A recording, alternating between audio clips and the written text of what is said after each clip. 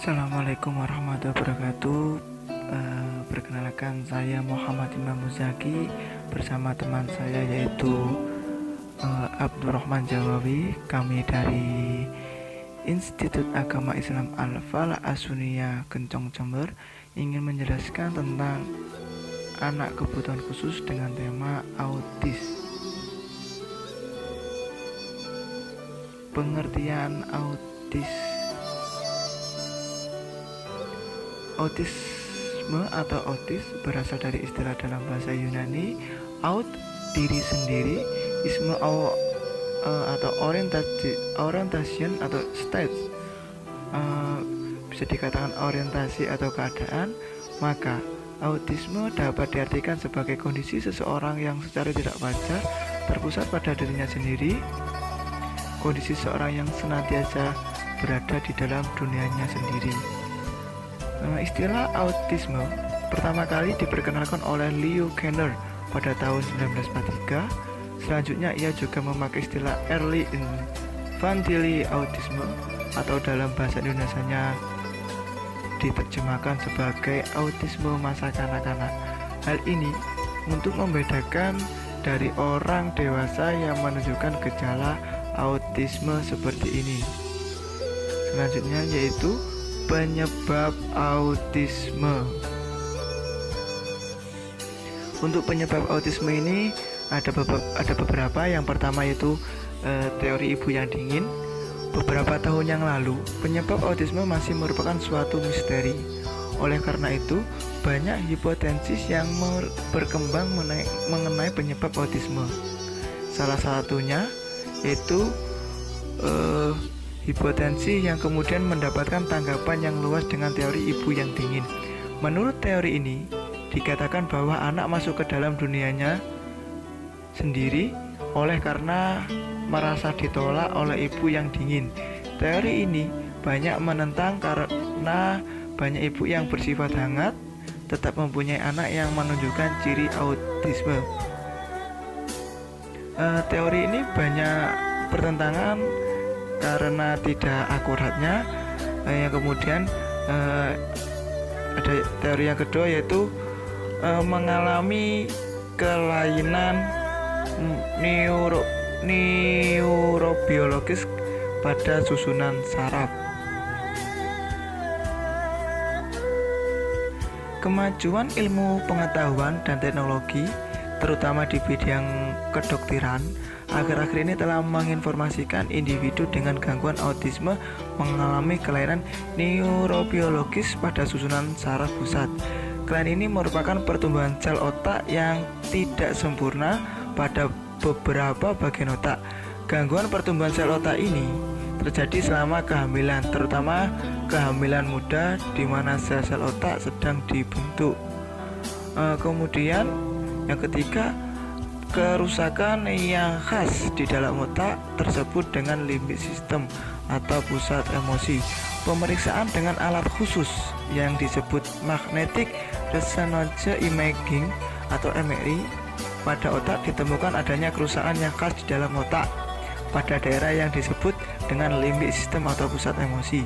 Pada umumnya, individu autisme tidak dapat mengendalikan emosinya, sering agresif terhadap orang lain dan dirinya sendiri, atau sangat pasif seolah-olah tidak mempunyai emosi. Selain itu, muncul pula perilaku yang berulang-ulang dan hiperaktivitas. Selanjutnya yaitu adanya pertumbuhan jamur. Terdapat beberapa dugaan yang menyebabkan terjadinya kerusakan pada otak yang menimbulkan gangguan autisme, diantaranya adanya pertumbuhan jamur candida yang berlebihan di dalam usus. Akibat terlalu banyak jamur, maka sekresi enzim ke dalam usus berkurang. Kekurangan enzim menyebabkan makanan tak dapat dicerna dengan sempurna. Beberapa protein, jika tidak dicerna secara sempurna, akan menjadi racun bagi tubuh. Selanjutnya yaitu karakteristik autisme. Dalam karakteristik autisme ini ada beberapa. Yang pertama yaitu gangguan dalam komunikasi. Dalam gangguan komunikasi ini ada beberapa juga. Yang pertama yaitu terlambat bicara, atau tidak ada usaha untuk berkomunikasi dengan gerak dan mimik. Yang kedua yaitu meracau dengan bahasa yang tidak dapat dimengerti orang lain. Yang ketiga, sering mengulang apa yang dikatakan orang lain. Yang keempat, meniru kalimat-kalimat iklan atau nyanyian tanpa mengerti. Yang kelima, bicara tidak dipakai untuk komunikasi. Yang keenam, bila kata-kata telah diucapkan, ia tidak mengerti artinya.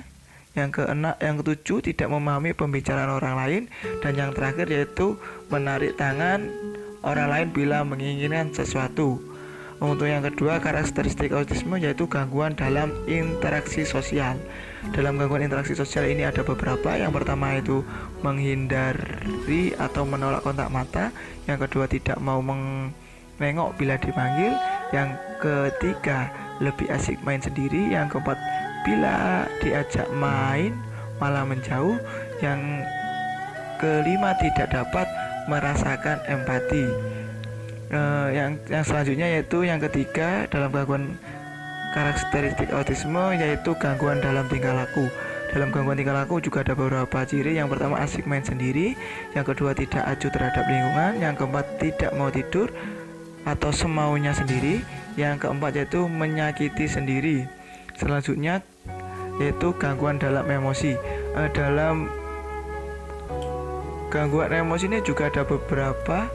Yang pertama itu rasa takut terhadap objek yang sebenarnya tidak menakutkan. Yang kedua, tertawa, menangis, marah-marah sendiri tanpa sebab. Dan yang ketiga, tidak dapat mengendalikan emosi atau ngamuk bila tidak mendapatkan keinginannya. Selanjutnya yaitu dalam gangguan karakteristik autisme yaitu gangguan dalam sensoris atau penginderaan. Dalam gangguan ini ada beberapa ciri. Yang pertama, menjilat-jilat benda, mencium benda-benda atau makanan. Yang ketiga, menutup telinga bila mendengar suara keras dengan nada tertentu. Yang terakhir itu tidak suka memakai baju dengan bahan yang kasar. Selanjutnya yaitu penanganan pada anak autisme. Dalam penanganan ini ada beberapa. Yang pertama yaitu terapi tingkah laku. Berbagai jenis terapi tingkah laku telah dikembangkan untuk mendidik penyandang autisme, mengurangi tingkah laku yang tak lazim dan menggantinya dengan tingkah laku yang bisa diterima di dalam masyarakat. Terapi ini sangat penting untuk membantu penyandang autisme untuk lebih bisa menyesuaikan diri dalam masyarakat. Yang kedua yaitu teori wicara. Teori wicara seringkali masih tetap dibutuhkan untuk memperlancar bahasa anak. Menerapkan teori wicara pada anak autisme berbeda dengan anak lain. Oleh karena itu, diperlukan pengetahuan yang cukup mendalam tentang gangguan bicara pada anak autisme. Yang selanjutnya yaitu yang ketiga, pendidikan kebutuhan khusus. Dalam pendidikan pada tahap awal diterapkan satu guru untuk satu anak. Cara ini paling efektif karena anak sulit memutuskan perhatian dalam suatu kelas yang besar. Secara bertahap anak dimasukkan dalam kelompok kelas untuk dapat mengikuti pembelajaran secara klasikal. Penggunaan guru pendamping sebaiknya tidak terlalu dominan. Yang diharapkan adalah anak dengan gangguan autisme dapat secara terus-menerus belajar dengan anak-anak lain dalam satu pembelajaran bersama. Pola pendidikan yang struktural, baik di sekolah maupun di rumah, sangat diperlukan bagi anak ini. Mereka harus dilatih untuk mandiri, terutama soal bantu diri. Maka, seluruh keluarga di rumah harus memakai pola yang sama agar tidak membingungkan anak. Selanjutnya yaitu teori okupasi. Sebagai individu dengan gangguan autisme mempunyai perkembangan motorik, terutama motorik halus yang kurang baik. Terapi okupasi diberikan untuk membantu menguatkan, memperbaiki koordinasi dan keterampilan otot halus seperti tangan, otot jari, tangan penting dilatih, terutama untuk persiapan menulis dan melakukan segala pekerjaan yang membutuhkan keterampilan motorik halus. Selanjutnya yaitu terapi medikamentosa atau obat. Pada keadaan tertentu, individu dengan gangguan autisme mempunyai beberapa gejala yang menyertai gangguan autisme seperti perilaku agresif atau hiperaktif. Pada individu dengan keadaan demikian dianjurkan untuk menggunakan pemberian obat-obatan secara tepat.